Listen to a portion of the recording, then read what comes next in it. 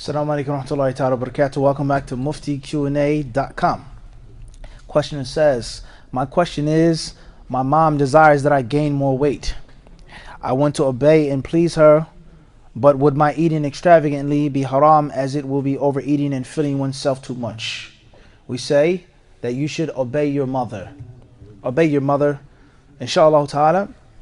And gaining more weight doesn't necessarily mean or necessitate that you have to eat extravagantly.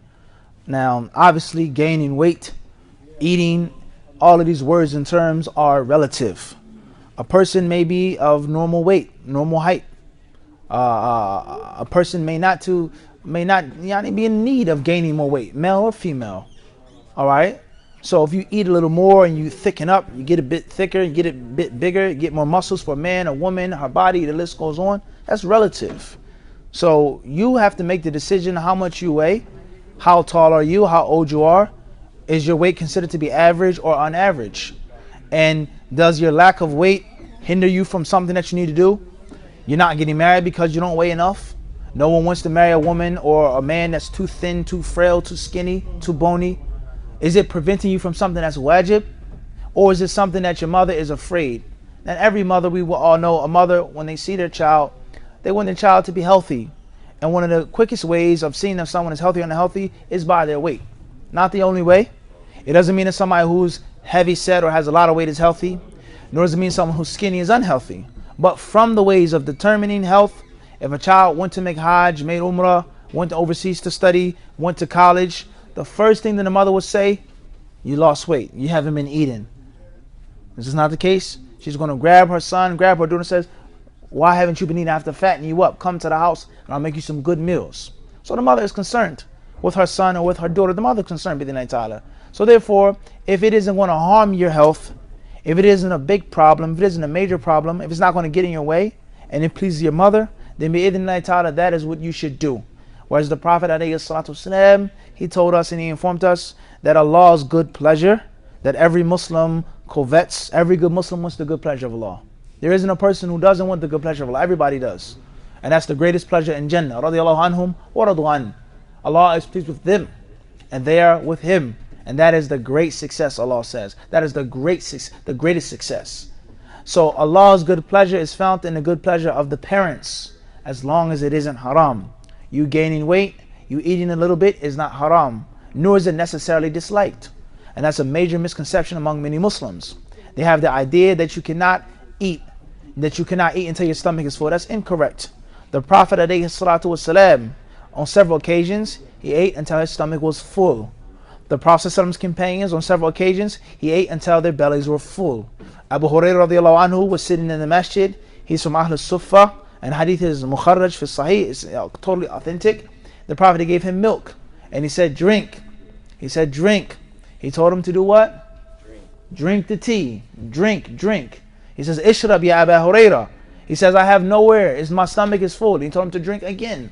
And Abu Hurairah, he said at the end, فَشَرِبْتُ حَتَّى لَمْ أَجِدْ لَهُ مَسْلَكًا. أو كما قال رضي الله عنه. He says, I drank the milk until my stomach was about to burst. There was no space. So the Prophet ﷺ, he stuffed his companion. In other words, the barakah of the milk. The barakah come from the Prophet ﷺ. He was from Ahl Sufa. The companions were poor. They were needy. When is the next time they're going to have fresh milk? When is the next time they're going to have some good, delicious food? So he told them to drink. On the battle of the Khandaq, okay, when they were fighting, many companions, they were hungry. To the end of the story, the well-known story in which the companions, 12 entered left. The hadith of Jabir in Sahih Bukhari. And they ate from one lamb, and it sufficed them. The hadith says, فَدَخَلُوا فَأَكَلُوا وَشَبِعُوا. They entered the house, they ate, and they became full. And then they left, and over again, it was a miracle. So there's nothing wrong with eating until your belly is full. Is it recommended or preferable? Is it advised every night, every meal? Different story. But it's nothing wrong with you eating, becoming strong, becoming quote unquote healthy, especially if it pleases your mother. Now the moment that eating distracts you from prayer, the moment that eating and the drinking distracts you from your ibadah, the moment it hinders you from your daily obligations and your necessary responsibilities, then that's a different story. But if your mother wants you to gain 10 pounds, gain 15 pounds, it's not going to kill you, it's not going to hurt you, then you should do it.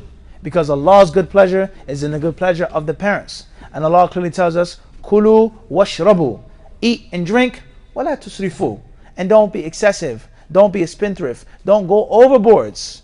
Innahu la yuhibbul musrifin, for Allah loveth not those who are excessive. So Islam is based off of a balance.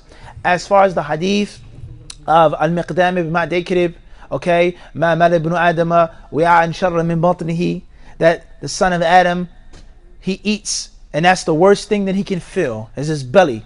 فَإِنْ كَانَ لَابُدْ, if it's a must, فَثُلُثٌ لِطَعَامِهِ وَثُلُثٌ لِشَرَابِهِ وَثُلُثٌ لِنَفْسِهِ. Okay, maqil. 1/3 for food, 1/3 for water, 1/3 for breath. Then that's a long discussion regarding that hadith. Number one is authenticity. Number two, the proper understanding of that hadith, let alone in light of the other hadith which are clearly authentic and direct to the point. The Prophet ate and the Sahaba ate until the belly was full. There's nothing wrong with that, and that is not haram. Nor does it mean that you're a spendthrift, nor does it mean that you're a slave and a worshipper of the dunya, especially when you compare yourself to other people. If you have a full course meal, a 3-course meal, bread, soup, salad, meat, rice, noodles, whatever it can be, I've seen with my own eyes people who have an entire animal for every single meal. Not a shank, not a shoulder, not lamb chops, but an entire lamb for every meal. They take a few pieces, a few bites, and the rest is thrown into the trash. That's extravagance. That is wasting. That is being a musrif. So what's important is follow these principles. Try best to please your parents, bi-idhnillahi ta'ala, as long as it is not haram, and Allah surely knows best.